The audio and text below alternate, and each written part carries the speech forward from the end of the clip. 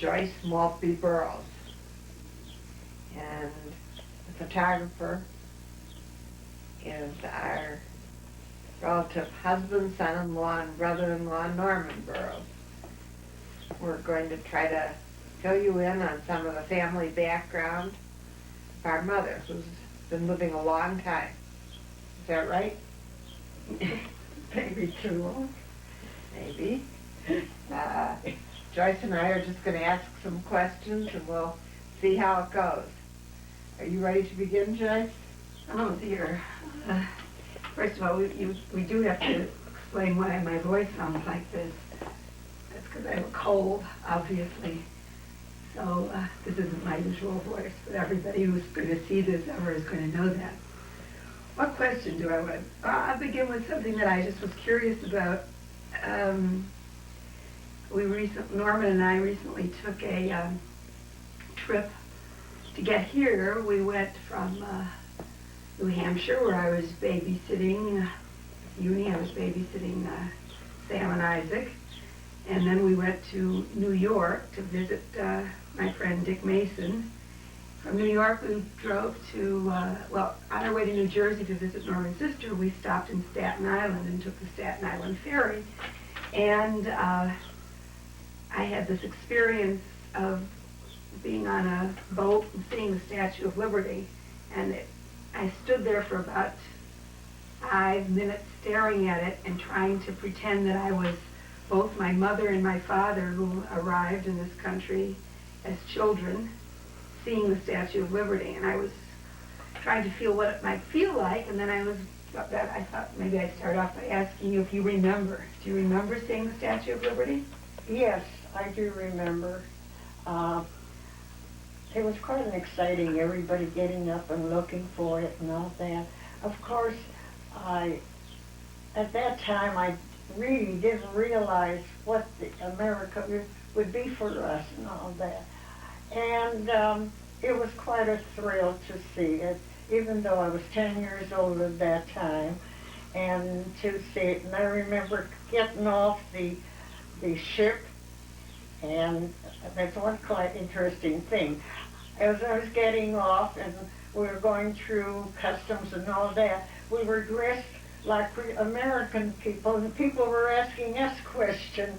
Why was that? Your mother had seen to it that you were all dressed? We were all, dressed in almost regular, same as American people.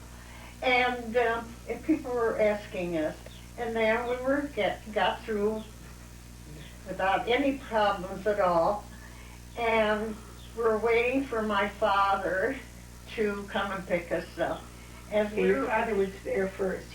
My father came here 9 months before. He came to New York first to see my mother's brother, and somehow his brother, who has been in Chicago for quite a few years, asked him to come to Chicago. So that's where my father was, in Chicago, when we arrived. Who was on the boat with you? On the ship was my mother and 2 younger sisters, Eva and Mary. Do you remember how old they were? Well, Eva was 2 years younger, and Mary was about 7 years younger, 7 or 8 years younger. Mm-hmm. And Mary was still quite a little girl, a baby almost. Yeah. Mm-hmm. And as we're waiting and looking down, we're looking out and we see a man, a woman, and 2 children. One children is in the arms of my aunt, Anna, my father's brother's wife, and a little boy about 2 years old walking.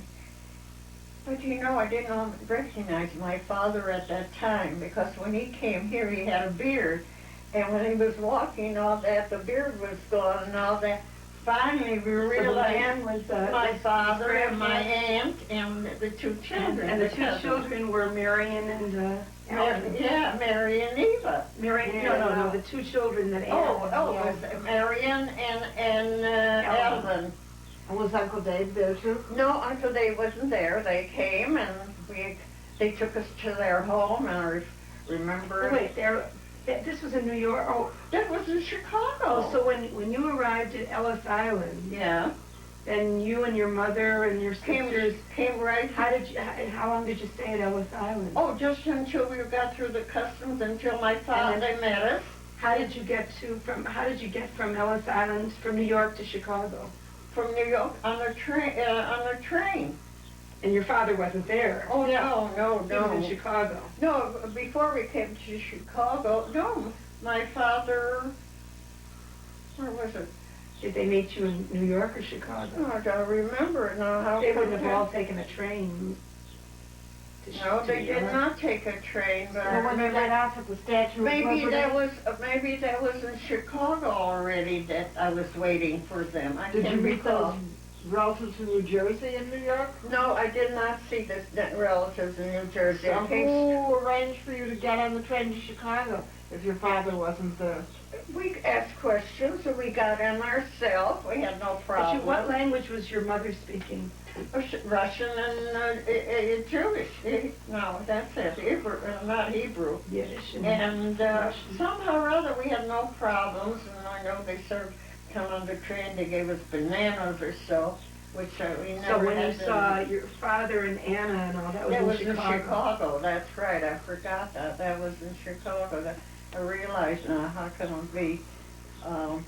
Well, anyway, we came and lived with my aunt for a very short time. Had you known Anna before that? Had they No. been married in Russia, or did they marry in? They married. Anna was a young woman. They married here. They must have been married about 4 years or so before. She must have been Was Anna very born in- 20. Was Anna born in Russia? I don't remember if she was or not. I know. Well, I don't. I really can't. Anyway, recall. Uncle Dave was the first to leave Russia. Yeah, Uncle Dave left Russia, and we heard from him, but we weren't close. My uncle in New Jersey, This was your mother's my brother. mother's brother, and I was one of his favorites. I know he was married, and if any affair for children, he had a story. He'd always take me like to Disneyland or things like that, because they had A store in Russia. in Russia. This is And all you Russia. mean, so you don't mean a Disneyland, you mean like any kind of amusement park? Musical, yeah, where they had the special events for children and things. Mhm. And I was the only one. I was real blonde then, I guess. I was Pretty. a child. Well, I know. I remember when the mailman always tell me, "One day I'm gonna get you away from here," and all that. Mailman? Yeah. And it was really. I had a nice. What do you remember about life in Russia? Okay. So, what about life in Russia? Oh, shall I tell you about life in Russia? Well, I remember we lived in Russia. We had a grocery store Was that in Berdichev? in Berdichev, and my father and mother worked in the store, and we lived in back of the store, at just about two or three rooms. And I went to school there, and I was first I had some Hebrew at the beginning of it when I was a little girl. Then I went to the public school. Were it all Jewish children? No, this was school. No, then I went to the public schools where, like in Chicago, where So then you learned neighborhood. good Russian in school? Russian. Well, I spoke Russian. I was born speaking in Russian. I mean, as a child you learn the language of the land. And then I was going into when I was about 9 years or so, I went into another school where I was taking German as my language already at that time. So at that time I spoke Russian, Jewish, and German. German, and I still remember a poem that I learned and said. You do? In German? In German. Let's hear it. Well, I don't know if I'll say it just right. In We won't winter know the when difference. Fred and I can't think of it now. I know it's like in the winter when it's snowing and the roads are nice with snow. Maybe later on I'll remember it. Were you, did you ever live in any kind of fear there in Russia? Not and things much like at that time. It was after it was 1914. It was right before the war. And I had a happy childhood. And when things were starting, I guess, when my father and mother saw things weren't getting so good in Russia, they decided to come to. So Berdichev wasn't really bothered like other places? Yes, were? I guess it was, but that was when I was really still, very young, and I don't recall. You weren't aware of things like pogroms and things happening to you? Not much. I never realized that much about the pogroms and all that at that time. And your family was reasonably wealthy? I mean... No, we were not wealthy. We were making just a modest living, and then when my father decided to come here, he bought the transportation for us. I don't know if Where did Michael he get helped the money him. from? I don't know. Well, we sent him some money. We sold the grocery store. And when we sold the grocery store, we still have the grocery store. That's one thing I do remember. There was there you went to the wholesale shop to get groceries for the store. And my father used to do that. So when I was about 9.5 or so, I was the one who went to the wholesale places. Is that because your father had left previously for the United States? Yeah, it was a half a year before. My father was here 9 months without us. So at the beginning of the 9 months, I went to do the shopping for the wholesale. And I know every time I came in, all the shopkeepers were on there looking at me and saying, and I got so much attention at that time. And my mother's sister, they had a store which is a much bigger store. I was just a little mom and pop store. And I used to get real good, I guess they took pity on me or what, they gave me good prices at that time. Well, you're probably the only 10-year-old or 9-year-old shopping. Yeah, I did the shopping for that. And when I was there, I remember I used to go there, and there used to be a bakery, and they had the most delicious, it was like donut, it was something, it was and I would go and buy some and eat it. One day I brought some to Eva, and then I had to take a horse and buggy or to come to with my groceries with the shopping, and it was snowing. And I said, gee, why can't I take a snowmobile, a snow? So I did. I shopped a sled. I took the sled, and I came home with all the groceries. My mother was so surprised to see me doing that. Were any of your grandparents living? Oh, My mother's parents lived in Berdichev, what was their name? Goldberg. And they had a large family, quite a large family. My mother had 2 sisters and 4 brothers, or 4 or 5 brothers. And my father's family came from Zhytomyr. And the funny part, they all were in the little grocery stores. My grandfather's and my... Your mother's parents were grocery stores? Yeah, they lived quite a distance So your away. father's parents didn't live in Berdichev? They lived in Zhytomyr? No, they lived in Zhytomyr. I do recall once when they came to visit in Berdichev, and then I must have been 5 years old or so, and they took me with them to Zhytomyr. And they lived in they had a little store, but near them they had a the whole family owned a great big estate where they had made yeast. Yeast? Yeast. Mhm. Yeah, Yeast for yeast bread. for bread. And they were quite, that was the Lubar family and my mother's relatives. Not my father's relatives. And, So would you say you're a happy child? well, I'm happy. I mean, we took it for that. We were taken good care of. I had a most wonderful mother and father. My mother was, not only did she help in the store and do things, she was a terrific person. She helped people if they were in need, to help them out, and being active in different things. My father was busy in the store, but my mother always tried to help people. And so I guess in some way I took after her. There used to be lots of social things in your house? Lots of relatives and... Oh, now you came upon us. That was when I came to, yeah. When you came to When Chicago? I came to Chicago. At that time, a lot of my father's cousins and all were in Chicago without their wives.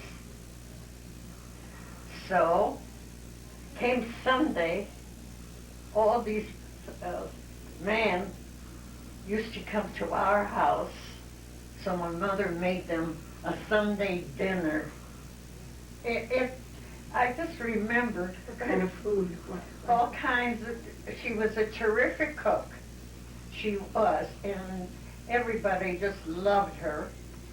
And I remember one time, I think it was Simcha Store or something like that, and they all were there, and they were drinking, and then some of them got kind of sick, of drinking, and I started crying because I saw it was really strange, because I'd never seen it before.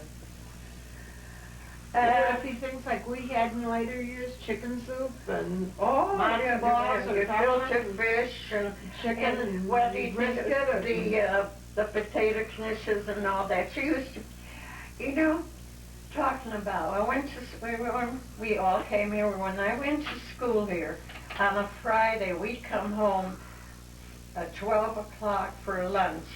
The place was already clean, everything was baked, and she was ready for the Sabbath. That's it. They used to call her, she's a brand, meaning she's a dynamo. I thought she was another word. What? Grandpa used to sometimes say I was that, and I certainly was the opposite of that. What's that word that means? Balabusta. Oh, terrific, balabusta. That's a homemaker, that's a housekeeper, a nice housekeeper. So what's a bread? Huh? A bread, like a she was always busy doing things and always. But, yeah. Well, then, after we got here, and we got an apartment, and we lived there, we started school. What grade did they put you in immediately? I got, right away, they put me in the, registered in first grade or so, and then I went within a couple of weeks, 2 weeks, I went to third, then I went to fifth, and in 4 years, I went to 8th grade, and I graduated, and I must say, in 8th grade, I didn't really learn much because I was always being the substitute teacher. And anything had happened in there. Even though in 8th grade they had a low 8 and a high, and I was a low 8 at that time, and they were doing a play, and there were the audition, the children from 8A couldn't find anybody, and they asked me to take the part, and I got the lead. That was when I graduated with the graduating class of 8B. I was the leader. I had the main part. And then, What play was it? you wouldn't believe it. I think I would. I know something. I had to say I am good English, and I really, I did it so well. That You playing an immigrant? no. Well, you had to speak in good English. Yes, and Well, I'm sure if they cast you, you must. yeah. And then when I graduated, they had Jephthah's daughter, and I was Jephthah's daughter. Is that from the Bible? Yeah, they had that, and I was Were, Jephthah's daughter. Was it a mixture of students? I mean, again, like Oh yeah, a lot of so we Irish. lived in an Irish, Italian. It was not. We didn't live in a neighborhood was strictly Jewish at that time. We lived in a mixed. Did you find a lot of prejudice? There were people against you, calling you greenhorn, things like No, that? somehow or other we escaped all that because it seems that we learned the language so fast here that I remember. When I went from first to third or fifth, I came the first year. I went there. I ran the street coming home running, and I was so happy that I'm already higher and all that. And they gave us tests. They gave us long division and all that, and somehow or other it was a little different. But I figured it out, and I got the question. There were other immigrant children there that came, and they did not pass it going to a higher grade. And How long was it? How long were you there this way before your mother got sick? my mother, 1918, in Chicago and all over the United States, it was the flu epidemic. My mother got sick with the flu epidemic, You arrived in 1914. So 4 years 1914, later. and I'll never forget, after 1918, my mother died 2 weeks before Armistice Day. And how long had she been ill? She got sick. What happened? She got the flu. We had no phone. We tried to get a doctor. We finally got a hold of a doctor. We had no phone. In order to make a telephone call, I had to go downstairs to make a telephone call. I was the one that would take care of it. And I felt kind of sick myself, but I didn't give up. And finally we got a doctor. When the doctor came, he says, she has pneumonia, we have to rush her to the hospital. She came to the hospital, she took her to a hospital. At that time, you couldn't visit or anything. There was so much going on. I know we lived on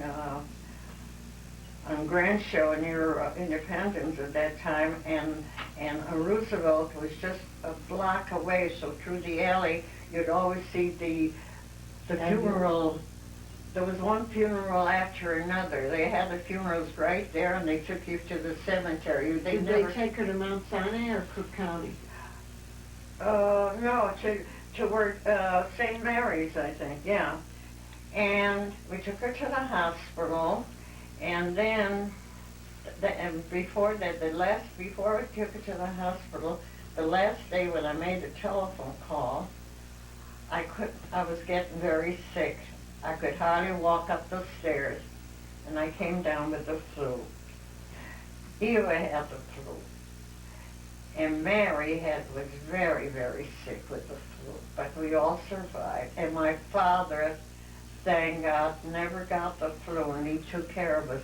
And at that time, we had Mr. Lubar, you knew He them. was a distant cousin.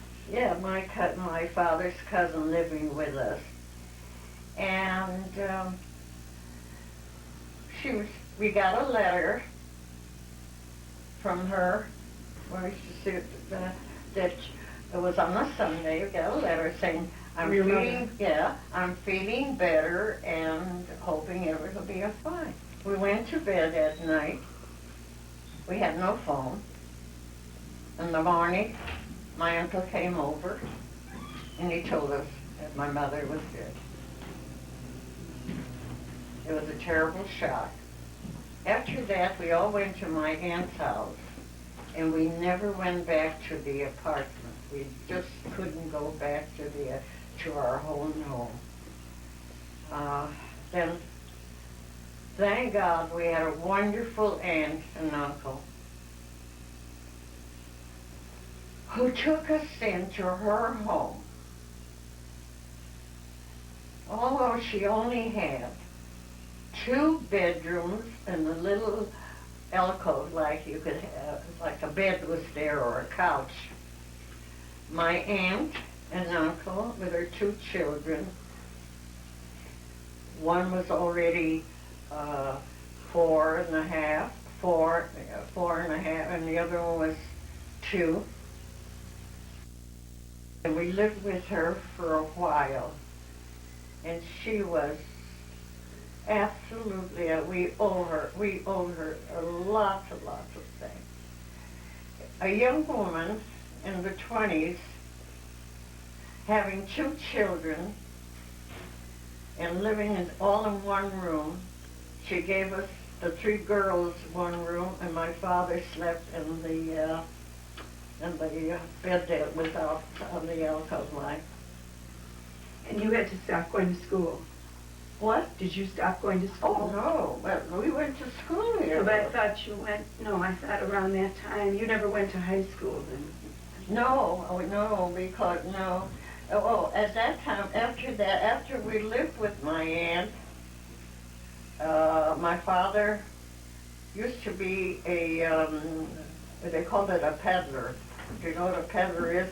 Going from house to house selling things. And at that time, a lot of them, the new immigrants came, and they used to go to the Polish people, the Russian, and bring them all kinds of samples of goods, and they'd order all their bedding and everything like that. But after that, my father went to a grocery store again, and we moved in, and at a grocery store. You lived at the store. And we lived near the store, and that was for quite a few years. And I went to a business college, and learned, shorthand and typing and all that. How old were you when you went to business college? What? How old were you when you went to business college? You finished grade school at around 14? I was about 14 and a half. Yeah. And then you didn't go, then you helped out? Not only helped, I helped out. The only, I always say that I have so regret that I did not continue with my education.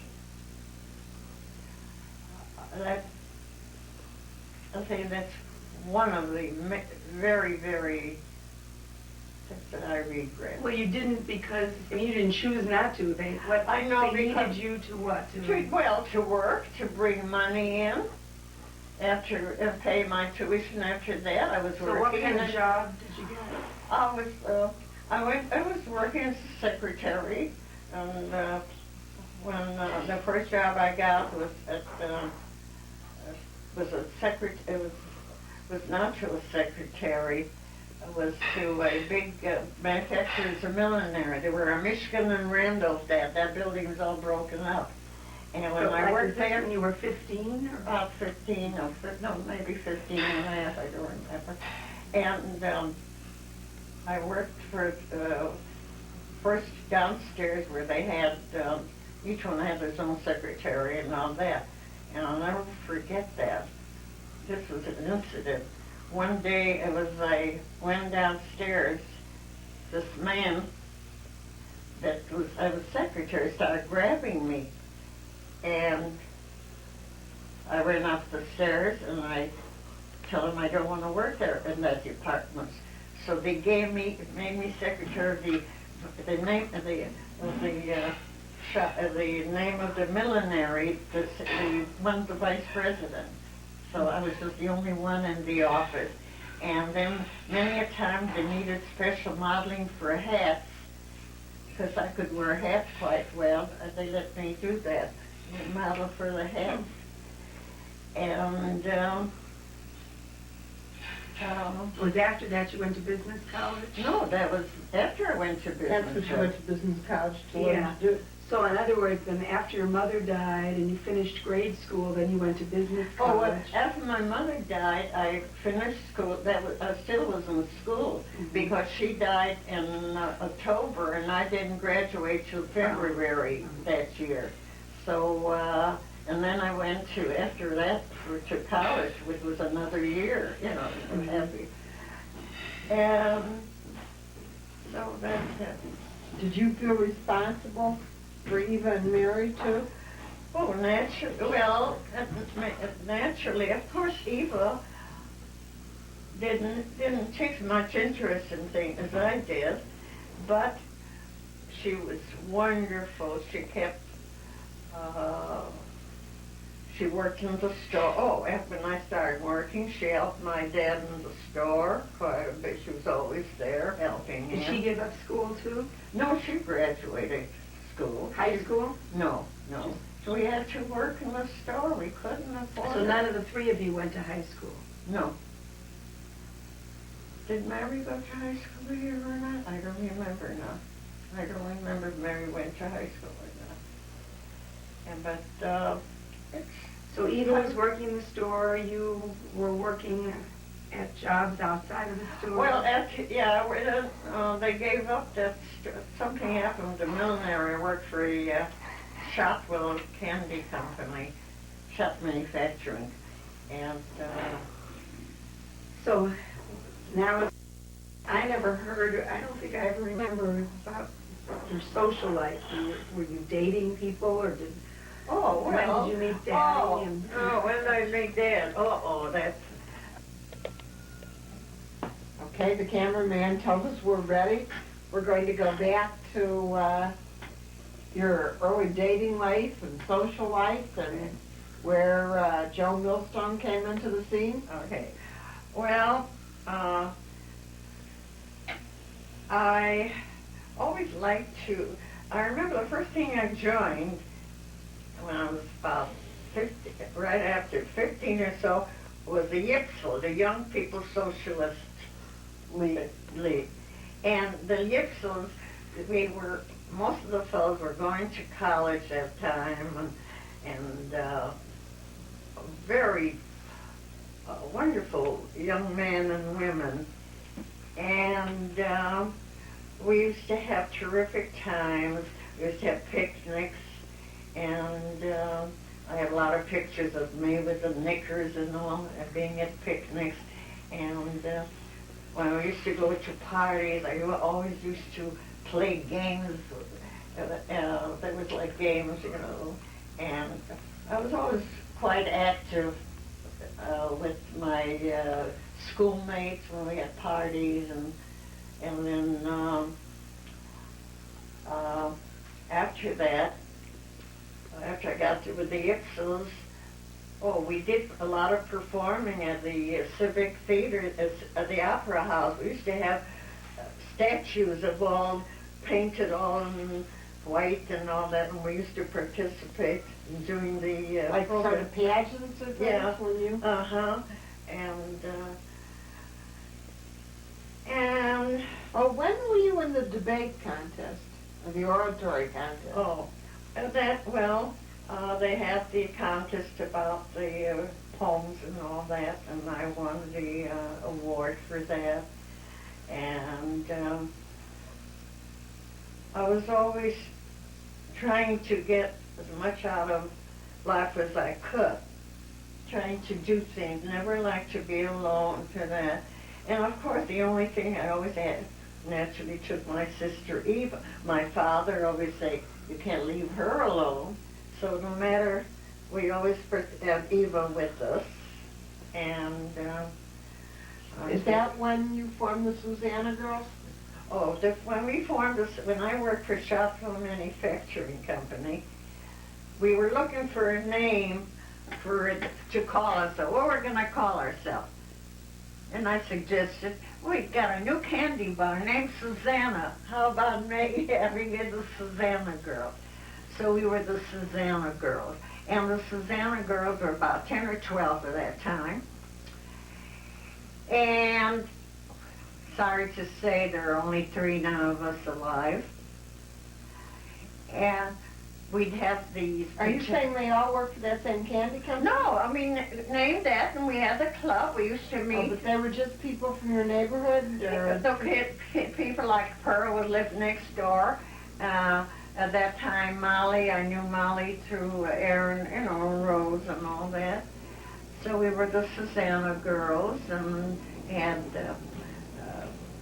pajama parties, Halloween parties, and I have pictures of many of the different functions that you'll be able to see when, you can see about them. I'm sure, I know you have them. We have them in our album. Yeah. Well, I was dating every now and then. There was one, finally, I met this one fella. He wasn't a Yipsel, he was not, at that time I didn't do much with the Yipsel. His name was a very nice young man and all that. And he asked me to marry him. And I says, I can't make up my mind, but I'm leaving for New Jersey to visit my uncle in New Jersey. And I'll let you know when I get back from New Jersey. I went to New Jersey and stayed with my uncle, and I met his family. They had a lovely family. He was the one whose wife was a shrew? What? Yeah, his wife she was, absolutely. And, mostly lovely family. no, she was. And when I came back, I decided I will not marry him. His name was Ben, very nice, kind of looking fella. And one thing I didn't, when he called me when I came, this friend of mine, Molly, which we were very close, got a letter from Joe. Joe, Eunice, their father, lived with Aaron and Rose. And Molly was a sister of Rose. Her cousins and boys' friends are coming in from Kansas City. Would we please try and save the dates for them? But I broke up right before Labor Day, and I decided to go to South Haven for that weekend. So we were in South Haven, and they called us in South Haven and told us. But we stayed in South Haven, and we went to dances and all that. I remember one incident that the boys said, okay, you'll drive with us home tomorrow morning. We'll stop in Michigan City. And we said, okay. And we came home, and we sit in the car. We walked right out. We came out, and there was some kind of doing at the resort. So we told them we were very tired. And when they came in, they saw we were still up. The next morning, we found our luggage in front of our door. That's another incident I recall. All right. So, but we decided, we told them on the way back, we'll stop at Ida and Jack Levin's, where your father was there and his cousins. So we stopped there, and although I knew Joe was living with them, but I never thought of, anything going on. In fact, I always thought that Molly was interested in Joe. I knew Joe. I knew him for quite a while because... Did you like him? I liked it. We liked it because he was always the life of the party where we went and all that. But I never thought of it because I knew, that's Molly's boyfriend. And so we came to the party, and we were there. Monday was Labor Day, so we went out somewhere with a whole gang of us. And you went, and I went home to my house, and then I get a call.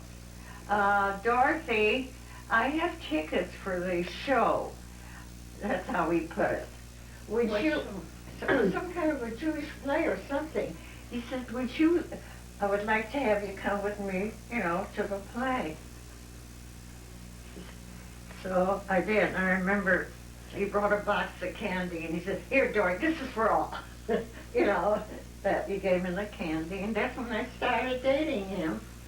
And when he proposed, I told him, are you sure there is nothing between you and Molly? I said, that the friendship is so close with Molly and I don't want to be the third party on it. He said no, and I called Molly. And I said, Molly, yeah, I said, Joe asked me to marry him. And she said, no. And so we got, She said no? She said, well, There was nothing going on. nothing going on. But how long were you dating him? For 2 years we were dating. So, And Dad wasn't working at that time. what I want to know, though, is if you were dating him for 2 years and he proposed to you, wouldn't you know? Oh, well, it was, before that, but I want to be Did you sure. feel if there might still be? I thought so. It's because there was such a relation, I don't know. All I can tell you, Joyce, is we lucked out. If he'd married Molly, we would have been in a bad way. We wouldn't have You been. preferred me? Yeah. Okay. I'm glad that It just seems like a long time to... Well, no, it was... How often No, did you he go asked out? me. No, he asked me before that. He didn't answer me right away. But when it started getting serious, I asked. It wasn't right there. And then he wasn't working too much, and we waited until he got work and all that. I remember him being at the Park District with a policeman. You can imagine your dad is a policeman. It was really a funny part. I don't know that. Why You was don't he a know? policeman? Molly's... Oh, then Molly met Ed. They were soliciting for some kind of a Democrat or Republican, I don't know. And she got interested in Ed. She got married before I did to Ed. That's it. She got married before I... But when I started going seriously with your father...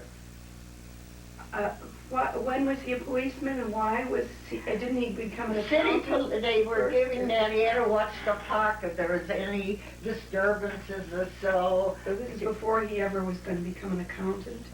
He was already, not much of an accountant, I guess he wasn't. And he was what taking happened. correspondence courses by the mail. Yeah, to I learn. don't know. So he was I just don't looking know. for work? Yeah. Yeah. Well, he was a wizard, that matter. Mother, during your courtship with Daddy, during those first couple of years, had he told you that he had been briefly married before and divorced? I knew about it. Was that a problem with your family or anything? No, not at all. No, they all liked him, and my father adored him, and it was no problem at all. It was a short marriage, Yeah. and that's it. And we had a beautiful wedding and all that.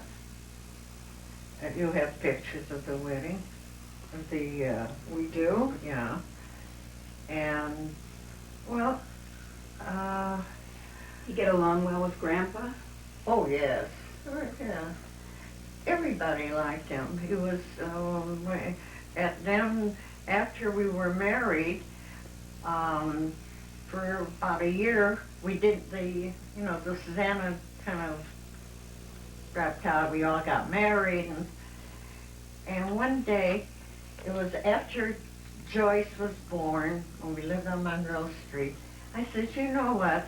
I'm gonna call up the whole gang, each one, and ask them to come for one evening to our house. I didn't tell them why or so. And what happened? Each one came in, and we saw all these girls with their husbands and or boyfriends.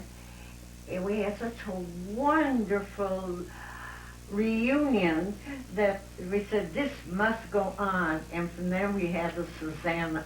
Then we had the Susanna Social Club. Before that, though, Mother, you skipped two important events in your life Oh, that happened I before forgot your that. marriage and the Well, reunion anyway, with the Savannah girls. okay. After being married a little over a year, our big event happened. Joe and I were looking forward to it and making plans. And whether it would be a boy or a girl, I was hoping to be a healthy girl, child. And what happened, finally, December 24th, I started getting the pain. And on the 12th Christmas morning, little Eunice, little girl was born, and we named her Eunice. And what a joy she was to us. We just loved her. She was so bright. And she... Precocious. And she... Really, it was unbelievable that a child of 9 months or so could name the name like Hannah and Anna Gertrude. People were amazed to hear her. And when she was 2 years old, I remember her birthday party when she used to recite, I am a little girl, 2 years old. My mother made me dress all trimmed with gold, a penny in my pocket, a dollar in my hand. Don't you think how cute my mother thinks I am? It was adorable. Well, and then, during that time, though, when I was nursing Eunice, I became sick with gallbladder. So, Very young. you were 6 months old? No, I mean, you were very young. Yeah, I had gallbladder, and I had to quit nursing her. And after that, I didn't become pregnant, waiting. I didn't want no surgery. And finally, after waiting 5 years, 6 years, 5 years, decided, 6 years rather, decided to have another child. And then came a little Joyce. Oh, but you had a miscarriage. Oh, well, all right, yeah. Well, okay, I didn't. Part of Well, your life. after 4 years, we thought we'll have another child, and the surgery was perfect, and I was running around after surgery, going to club meetings and things like that. And so I waited another year after surgery. I had the surgery. What surgery was this? Gallbladder. I was pregnant with and I had the gallbladder pregnancy. Wait, I don't understand. You said you had the gallbladder when Uni was 6 months old. Yeah, but I didn't. When I quit nursing her, I did not get the attacks anymore. So I decided not to have surgery. But then I became pregnant, and all of a sudden I had a miss. So I went to the hospital, came out of the surgery fine, and later on, about a month later or so, 2 months, I had a miss. So that's why And you waited there was another 7 years difference between the two of you. Yeah. And You waited another year before you got pregnant. sure, I didn't want to have be sure that everything was okay. So now we have 2 lovely daughters, very happy with them. And Did you want a son second time? oh, it didn't matter. Well, I mean, I mean, you don't have to. No, I don't know how But I your mean- father felt. I said, as long as it's a healthy child, that's all I wanted. Somebody that's born with all limbs and joints and everything. I think I wanted a sister. Yeah, and you yeah, that's right, she wanted a sister because she was alone for so many years. So when you were born, so Eunice had a sister, and we were quite lucky. But Eunice, of course, that's when Eunice started with men Gallets and dramatics. How old were you then? At 5. 5 years old, and I used to go with her to all the lessons. Why did you, now you started her with lessons, didn't that have something to do with your own background? Well, I always said, if I have anything, I didn't have the lessons. I remember when I used to go with Marion for dramatic lessons, I used to know recite all her poetry, all her pieces and everything else, and I said, if I have any children and all that, I'm going to see that they have the opportunity to go to learn that. And then I asked around, and I was told that Min Gallitzer is a wonderful teacher. I met her. That turned out to be Huh? true. I met her, and I was so impressed with her that I feel she helped raising you girls. I mean, her thoughts and her, the way she taught, it wasn't just like used to say elocutionist, and it wasn't that. She gave them room for thought. And it was a wonderful relationship between, and during the summer, when she was given shows in Beverly Shores, I rented a cottage there, or with somebody. You were just 6 months, you were not 6 months, you were born in April, and then June, I had the help, and we went out to Beverly Shores, and I lived with a family there, and we spent the summer there, and I used to go to every evening. You know, you had every new show every week. So the evening rehearsals, I used to sit next to Min, and anything going, oh, Dorothy, look at this. I'll never forget that we had a wonderful time when I saw, that's when I saw, what's his name, Night Must Fall, Joe Gatlin going around trying to killing, you know, and it was wonderful. We had such a wonderful summer there. Eunice was 7 and I was more than that. If I was 7 when Joyce was born, I must have been 8 or 9. No, she was 6 months. She was not 6 months old. Okay, well, I was 8. I was 7 years and 4 months. Okay, she was. So, did Daddy work for them? Did he do anything with the theater? Where was he? No, Actors Company. He came there. He used to come there and watch. You know, we come there weekends to the place where we live. What did he think of it all? He liked it, naturally. Of course, I didn't do just on my own. I mean, we came to.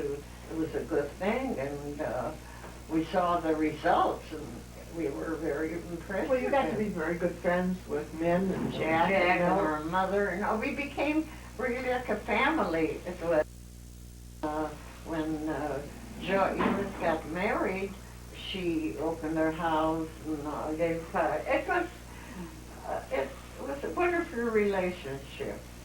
And before all of that, tell quickly the sad story about one of your trips to when you were going to New Buffalo or Union Pier with Alvin and Ruth, when Joyce was still a baby. Well, you know, usually when we'd like to go away for the summer, that Chicago, the weather was very hot. There was no air conditioning.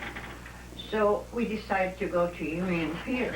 But so my cousin Alvin and his wife and Joyce and I were going to Union Pier to look for a place to live for the summer. All right.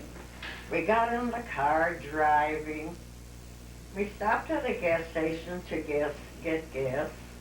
And as we were driving on US 12, I don't know, about 20 miles from New Buffalo, all of a sudden I look and I see the door is opening before I could say, Alvin, the door opened and Joyce starts flying out.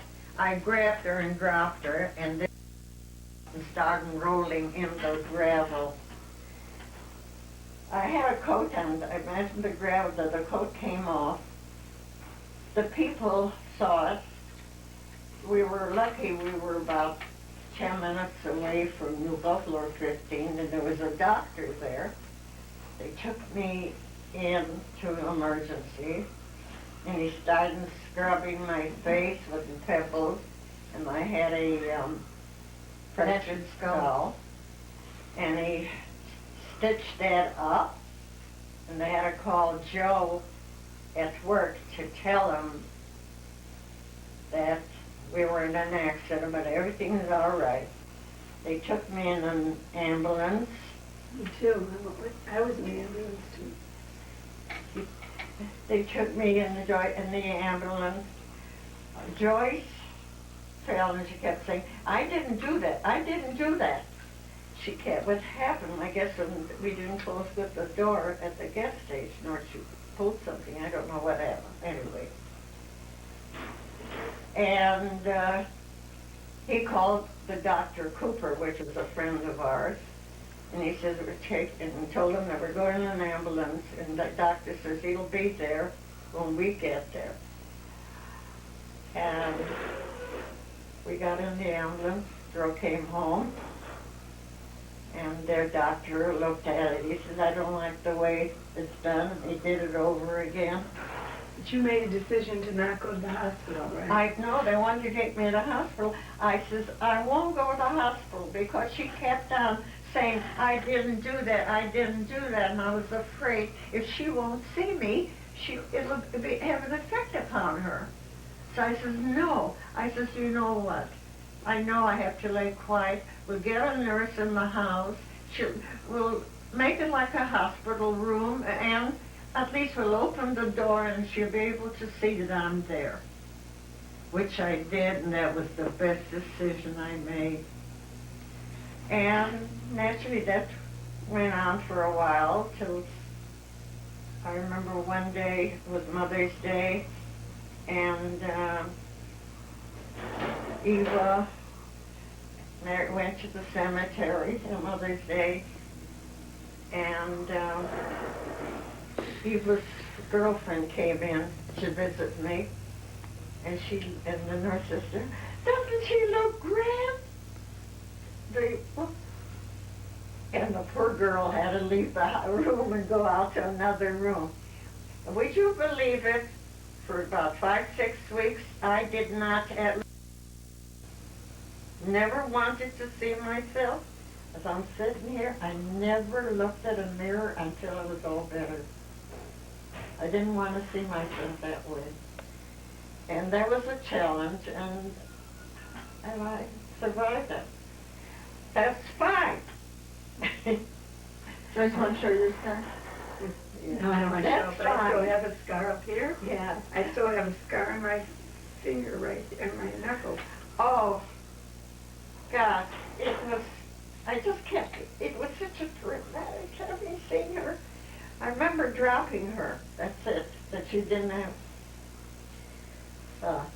Okay, a few months later, no, it wasn't, then that was, a few months later, we decided I need to go, get away from Chicago anyway. Well, the next accident wasn't too important. No, the accident was nothing. No, we drive and the car turned over, and we had this black girl with us. She was sitting, it's funny now, she was sitting in the back with all the luggage. All of a sudden, we stopped and we hollered, what's her name? Ollie, where's Ollie? When she came out, she wasn't black, she was yellow. Remember? We had to crawl out of windows, I sort of remember that. So that's it, so we survived that too. We had a lot of obstacles. And anyway, everything went Well, how old were we when Grandpa and Eva moved in with us? They lived with us 10 years. We moved to for 10 years. And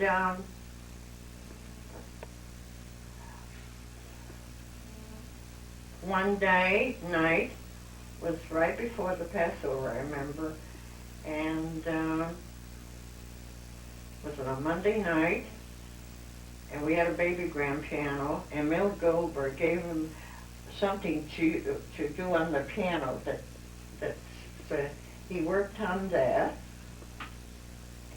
I just was getting over the flu. The decorators were just through in there. We went to bed, and all of a sudden, I heard chills saying, "I'm not well, I have terrible pain, I have terrible indigestion pain and all that." I tried to give him something, didn't help. I called Harry. Joe's got pain in his chest. I'll be over. He came over, and he looked at him, and he, I don't know if he gave him an injection or something, I don't recall. And he went away. That continued all that morning, night. Maybe for a while he fell asleep. And he says in the morning, go to the drugstore and get him tetracarbonate. He says it'll help him best. I just got over the flu. I wasn't out yet, and I put on a coat, come to the drugstore. And who should see there? Sam Damond. Sam Damond. You know, he had a sick wife before that. So he used to do a lot of the shopping there, so I guess he was, before he went to work, he stopped at the drugstore. He says, "Dorothy." I knew him because he lived with Joe's friend Aaron. This is his brother. With his brother, yeah. He says, "Joe, he's got terrible chest pain," and I came here. I came back, and I call Harry. I says, call an ambulance. We took him with the ambulance to the hospital. And We were there then, and watching him go, terrified, not knowing what to do. And got him to the hospital. They put him in a room. And would you believe it? Actually, I wasn't there. I was in school. You were in...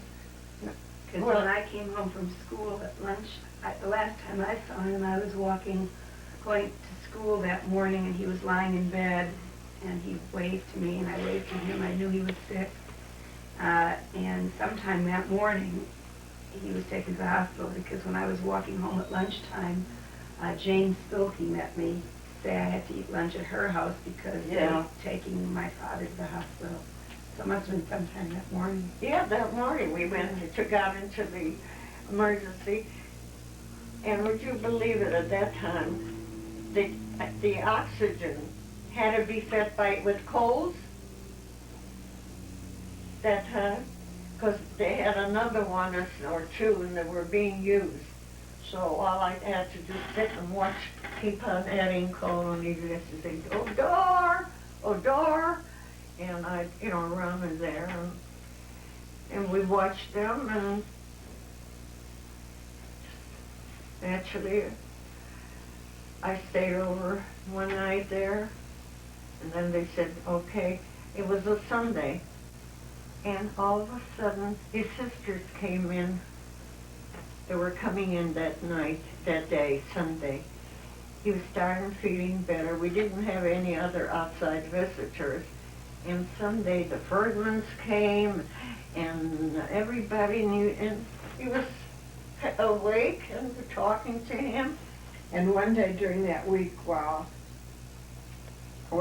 Ernie and I were alone in the room with him, Oh yeah, you're telling when that. it looked like he might be dying, we told him that we had run off and eloped a couple of weeks before, and we wanted him to know.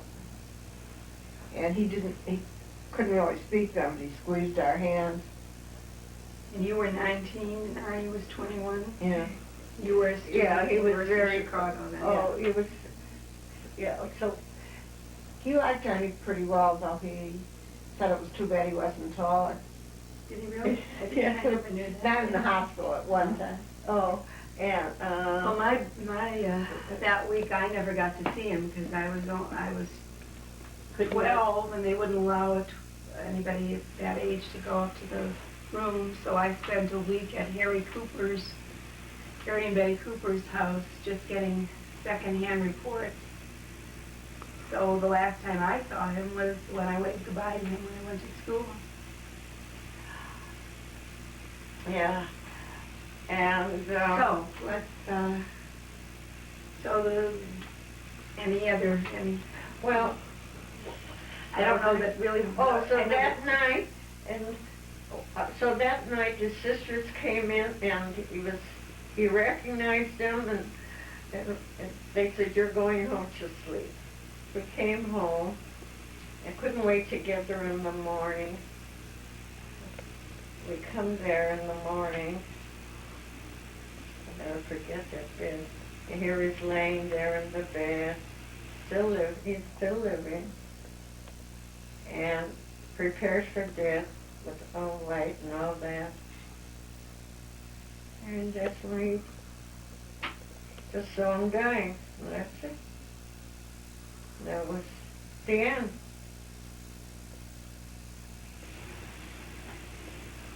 So It was a very traumatic, very hard you were to how take. old then? How old were you when you died? So if Daddy was 49, What were you, 5 years younger? 7, I think, was it? 7. so you were 42 or 43? 42.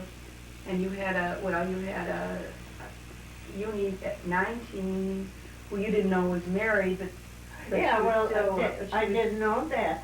So what happened, But what I was going to say is that you were a widow with a child yet to yeah, to you were, raise. that's right. And it was quite, hard on all. What were your thoughts and feelings about the economics of it all? Did you feel you Well, had to go to work? I don't think, after that, I thought I was going to work, yes. And in fact, Rabbi Lairfield from one of the wanted me to become its secretary. And at that time, I figured I'd wait and see how you were that I didn't want to get away, you being alone and all that, and I figured going to work and all that, I'll wait a year and see how things work out. You applied for a job at some store where they made lace things. Yeah, there's still one. You know what store it is on State and Monroe. It sells towels and novelties, and I applied for him, and I didn't accept. He called me and asked me for a date, and I told him not interested. And so I didn't get to work. I still was very active in organizations, so that took up some of my time. And Meanwhile, Sam in the Damon had meantime, come around. you know, what happened when I saw him in the drugstore, he said, Dorothy, if Joe's sick in April, Sam said, if Joe's sick in April, we have to make out a special text. He says, call on me and I'll help you. I said, He was an accountant as well, and Oh. Daddy had learned his accountancy, some of it. oh, Dad from worked, Sam. by the way, when Eunice was during the Depression, Eunice was a baby, and we were in South Haven, and Dad used to work for Sam. We got a call because he felt terrible. He had to give up a lot of his accounts he couldn't have. He was losing to $500,000 building. He lost it, Brady. He was living just in there, the building free. And so that's when, so what happened then, after the accounts had to be sold, so people wanted to buy the accounts, and Sam says, that he'll buy it. First he went there to help me out taking care of them. Then he bought the accounts, and he had to pay me a certain amount every month. And would you believe it, for the 2 years, even after I was married to him, he still paid the money. The money to for that. Mhm. And I used to get money from you, I guess, because you were under that, and that went into a. She wasn't under that. She was underage. Yeah. So, well. So when did Sam start dating you? Oh, the same thing happened with something that was really funny. He started calling me and all that, and he used to come to get the book to the accounts and give me a check every month. And when he called up, I remember Halloween, he came over to do and you were at a Halloween party, and we picked you up, Sam and I picked you up. And, because I didn't want you to go home alone. And after we started, he called me up, he's got tickets for the symphony on Sunday, would I please? I said no, so he called again. He says, Dorothy, I know you love symphonies and all that. See, Sam wasn't a stranger to me. I knew Sam's family, the Silversteins and all, very, very close. And when I used to visit them, his wife, Lena, in South Haven, in Union Pier, Michigan, visit his wife. So and knowing him, and what a wonderful, everybody on Congress Street and all that talked about how wonderful he used to carry her. She was a beautiful woman, his wife, really a redhead woman. And so at some point, though, then he kept calling me, and I said when I started going, and then when I said yes, I'll go. I said, Sam, now listen, if you have anything about getting close to any ideas, forget about it. I'm not ready for marriage, and that's it. Under those okay, I'll accept to go out with you. So it was mostly because it was all too new for you. You were a recent widow, and you just knew you didn't want to think of marriage. I didn't want to think of marriage that. I didn't know what I was going to do with my life yet. But then it got harder and harder. Calling and petting, and I tried to say, am I doing the right thing? The worst thing I did at that time, one other thing, selling the car. I had a nice car. The first thing I did is to sell the car. And when I go to some... That made sense because you didn't drive. All right, I was still young to take lessons and drive. Right, okay. But that would have been a great help to me, but I never did. And so what made you, what happened? Why, you said to Sam you weren't... Well, I talked to men. I even talked to Eunice, didn't I? I told her, she says, Mother, this is the thing I remember. When two people are happy, you marry it like Dad and you, and a thing like this happens, she's very, very helpful. I must tell you that, Eunice. Good. Yeah. That was one? No, well, and you said, and if somebody comes along and all that, and I said, seems to be nice and all that. I cast so many people, and finally, I said, Were you worried about me? yeah, that's one thing I was worried. I didn't Was know that how. your major worry? Was that You how are the problem, you Joyce. But Judy was great, and I was the problem. well, sure, you were still. I knew you were. It was a very bad time. I liked Sam very much. At the lessons, and going through such a traumatic experience, and all of a sudden having a father you adored and all that, it was a hard decision. I made it known that I liked Sam very much, but as soon as I thought you might marry him, I was against it. Remember, you and I took a walk. Yeah. And got ice cream cones, and you told me We're about still it. on film. Yeah. Okay. we were taking this walk, I knew there was something special that was going to happen, and I was sensing it. I mean, I was 12 and a half, 13, yeah, I don't know. Anyway, and we went to get an ice cream cone at Mesero's, Yeah, on drugstore, Madison Street. Van Buren and Central. Yeah. And you told me that Sam had asked you to marry him, and how did I feel about it? And I don't remember what words I used, and I know I must have been very negative, because and I guess that must have not been what you wanted to hear. You Well, probably were hoping that somehow or other I would be able to say what I eventually was able to say. So then what did you do? You talked to Min? I talked to Min. I talked to Aunt Dora.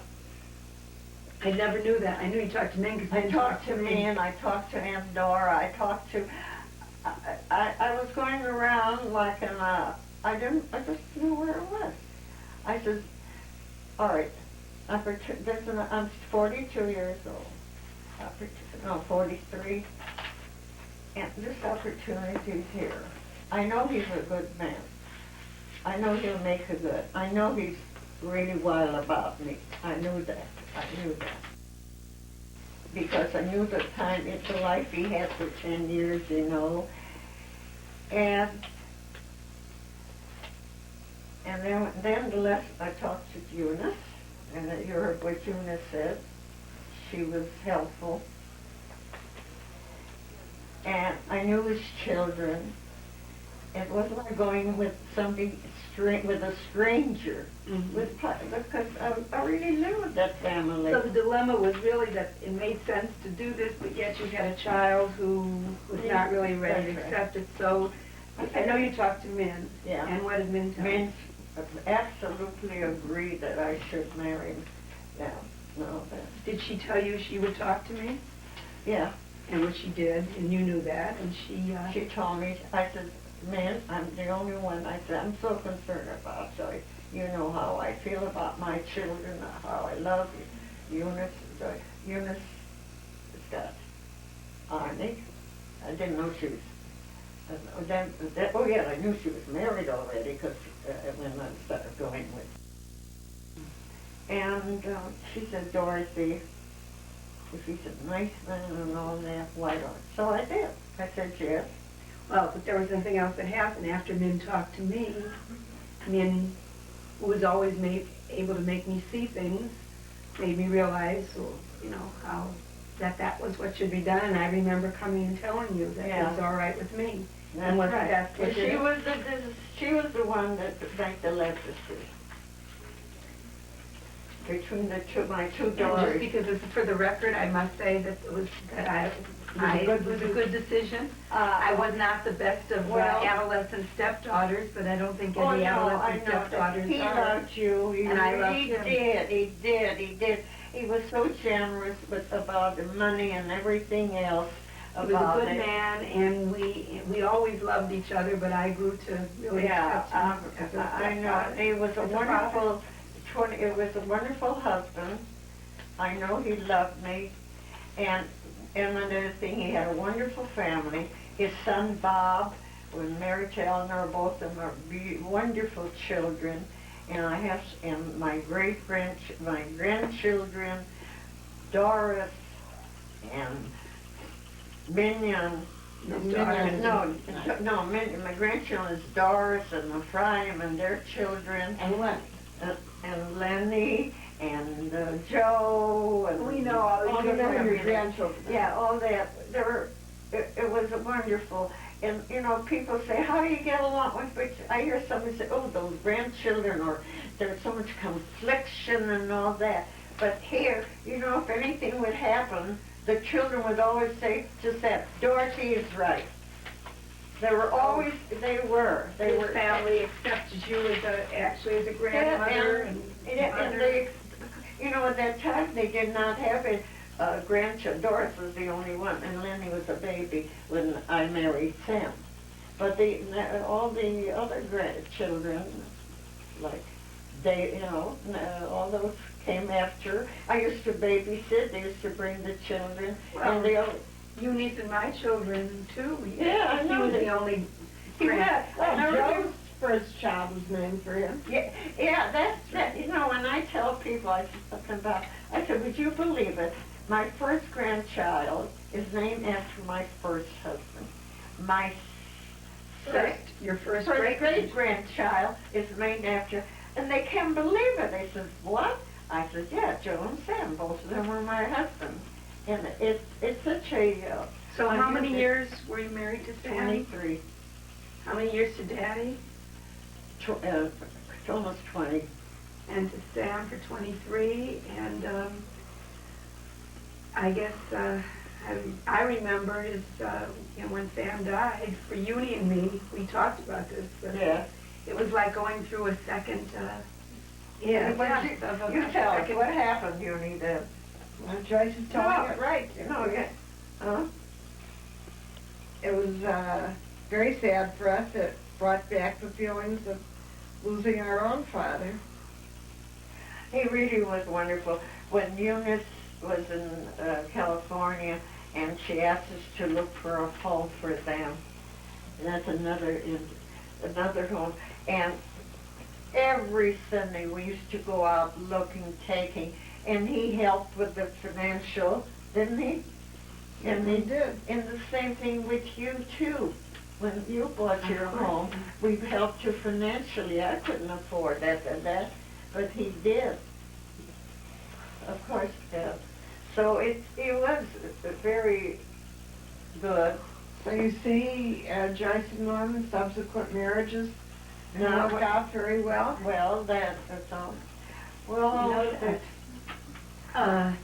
concluding thoughts. Do you have any final kind of questions? Well, as I said, concluding, I'm a very fortunate woman that I lived a long life, and all I'm praying, I'm not afraid of death, and if death comes, it should only be that my children, my family won't see me suffer.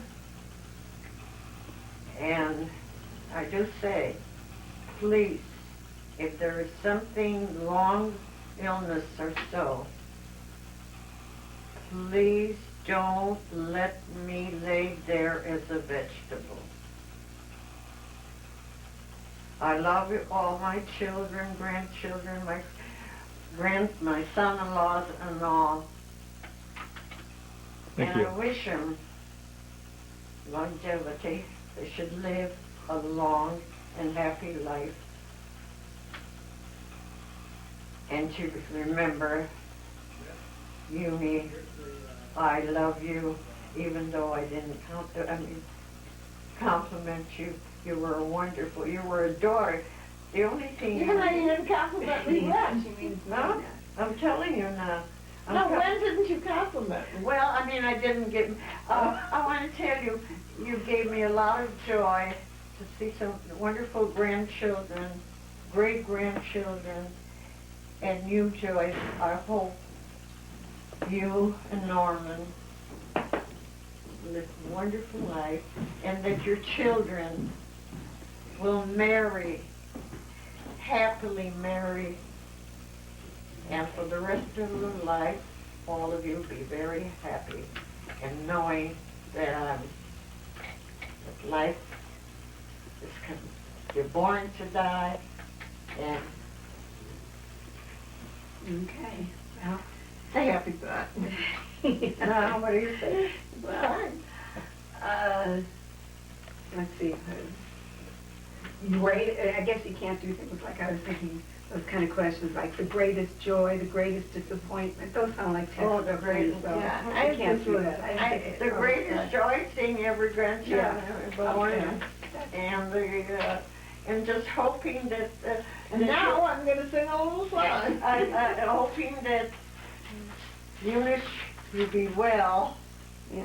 and no more falling. No more falling or heart attack. Whatever. Just remember you have some good genes from your mother. That's what I do remember.